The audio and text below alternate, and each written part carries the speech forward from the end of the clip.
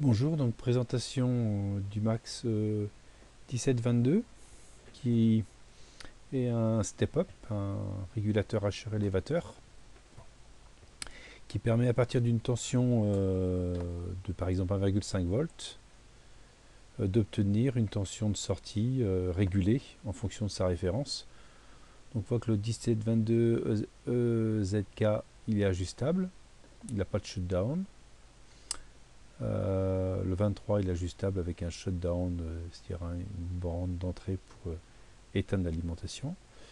Le 27, bah, c'est la tension de sortie, elle est à 2,7 volts. Le 30 à 3 volts. Le 33 à 3,3 volts. Et celui que nous on va simuler, c'est le 50. Donc on a une tension en sortie de 5 volts. Donc on voit, alors là, il y a une toute petite erreur, hein, en fin de compte, c'est un step-up. Donc c'est-à-dire que la tension d'entrée est toujours inférieure à la tension de sortie. Donc si vous avez un régulateur en 5 volts en sortie, là, par exemple le K50, donc 5 volts, on ne doit pas dépasser 5 volts en entrée. Donc là, il y a une petite erreur dans la doc, hein. Si on dépasse 5 volts en entrée, hein, si on met 5,5, on pourrait essayer en simulation voir ce que ça donne. Si on met 5,5 sur un régulateur 5 volts, normalement, on va récupérer 5,5 en sortie.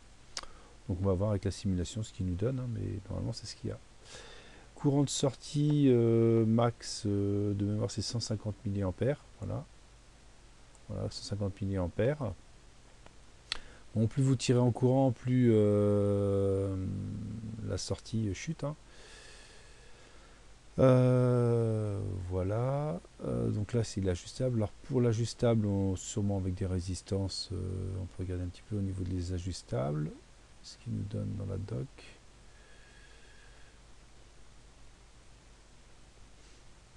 Est-ce qu'on a les résistances? Donc ça, c'est pour éteindre l'alimentation. Architecture interne. Voilà, ajustable. Donc on a R2 et R1. Puis on doit avoir une relation quelque part.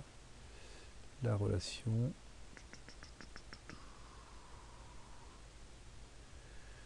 Alors, elle est où?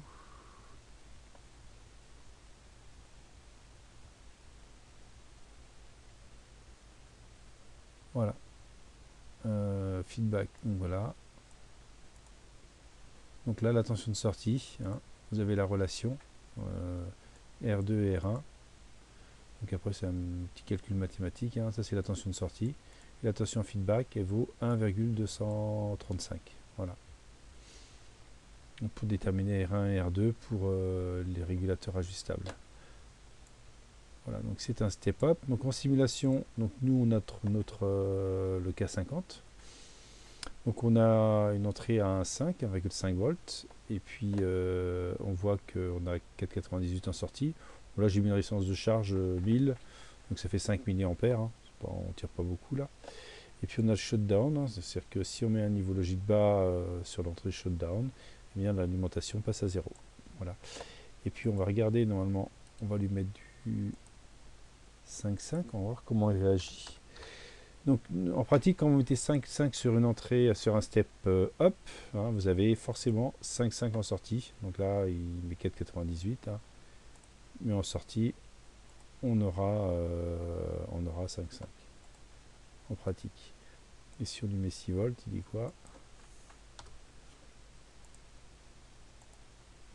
Ouais, donc là en simulation, ça, il s'en moque un petit peu. Voilà, donc ne pas dépasser la tension d'alimentation de sortie, hein, autrement vous risquez à coup sûr d'avoir en sortie la tension d'entrée, hein, si vous dépassez le... Donc si vous mettez un 3,3, hein, si vous avez 3,6, par exemple si vous mettez un accu lithium qui est compris entre 3,6 et 4,2, et vous avez un 24K 33, vous n'aurez pas 3,3 en sortie, hein, vous aurez la tension de l'accu lithium, hein. Donc là, dans ce cas-là, il faut mettre un step down, hein, sachant que là, c'est un step up, c'est-à-dire c'est un Hr élévateur. Alors le Hr élévateur, après, il y a le rendement. Alors je sais pas où est le rendement là, est-ce qu'ils en parlent un petit peu? Donc là ils disent pour être du lithium, hein, on peut mettre, voilà, ou NiMH. Donc là, si vous mettez un lithium à 3,642 hein, pour du 5 volts, ça marche bien. Voilà. Non, on parle pas trop de... Si, voilà, step up, un rendement de 90%. Donc on a une perte de 10% sous forme de chaleur. Hein. Voilà, donc un rendement très dépassant 90%. Donc voilà ce petit hacheur élévateur, convertisseur DC-DC, élévateur, sachant que la tension d'alimentation d'entrée doit être inférieure à la tension d'alimentation de sortie. Hein. Et là c'est pour 150 mA. Au revoir.